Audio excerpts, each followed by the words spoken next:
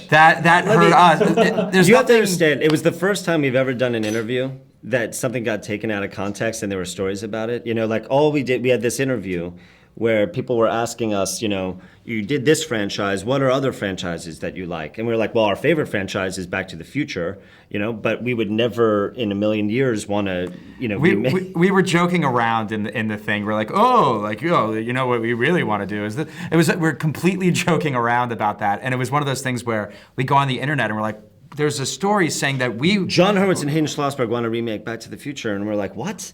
Like, and then of course the comments are all like, don't let those idiots anywhere near Back to the Future. It was one of those devastating things. It's, you know, our big thing was like, you know, when Karate Kid, we're huge Karate Kid fans as well. So when the Karate Kid was being remade, we were the guys that would have been like on the message board being like, no, what are you doing? And then like now we're the guys who were out there saying that we're making Back to the Future. Yeah. We are certainly not, absolutely not. Huh.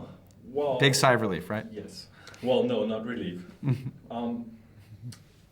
Can we at least expect maybe another American Pie sequel from the both of you? You never know. You know, the thing with this is we had such a great time making this movie, and when we were making it, our attitude was like, we're gonna make the best American Pie reunion movie possible. If this is the last movie, hopefully we're going out with a bang. But you know, these are characters that are iconic, characters that people love, and they grow up, as we've seen in this film. So as more life experiences happen for all of us, it's, you know, the more experiences could happen for them as well. And you know, if the people want to see another one, there's a decent chance of us doing another one. Mm-hmm.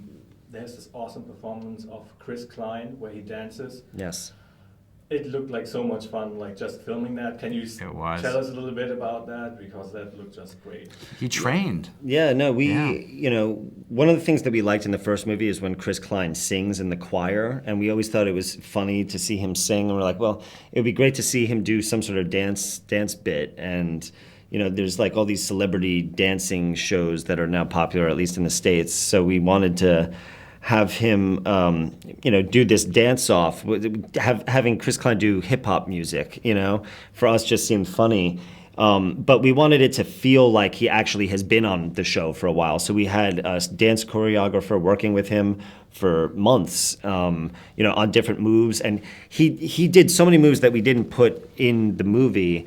Like he did this one thing where he's lying on his back and does like a flip up, and actually, you know, hurt his knee as a result and had to have surgery. Yeah, but he toughed it out. It was one of those things where he didn't want to tell anybody that. And we didn't even use it in the movie. Yeah, it's on the DVD, the thing where he got hurt. But he was so committed to it. It was, you know, when we told him we were doing this, he trained like crazy for months for this. And the thing that is so strange that we weren't aware of is, you know, most dancers are very small.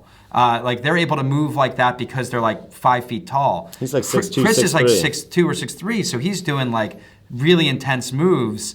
And he's a pretty big man. Yeah, he did an amazing job. It's hysterical. You know, we put the funniest stuff in the movie, but there's a lot of other funny stuff that we have on the DVD. So can we expect like a lot of bonus features on the DVD? Oh yeah, huge. Yeah, I mean, each you know, the most important thing for us with this movie was bringing all the characters back and making sure each one had a storyline. And you know, we gave everybody a big storyline so that, you know, we'd have options in the editing room. And you know, we weren't able to fit everything in the movie, so there's a lot of really good stuff that's going to be on the DVD with, you know, Stifler, like extra scenes. Jim's dad, Stifler's mom. I mean, all the characters have a lot of extra stuff on the DVD. So I'm not going to ask you my last question. I'm not going to ask you about Jason Biggs' penis because that question has been answered.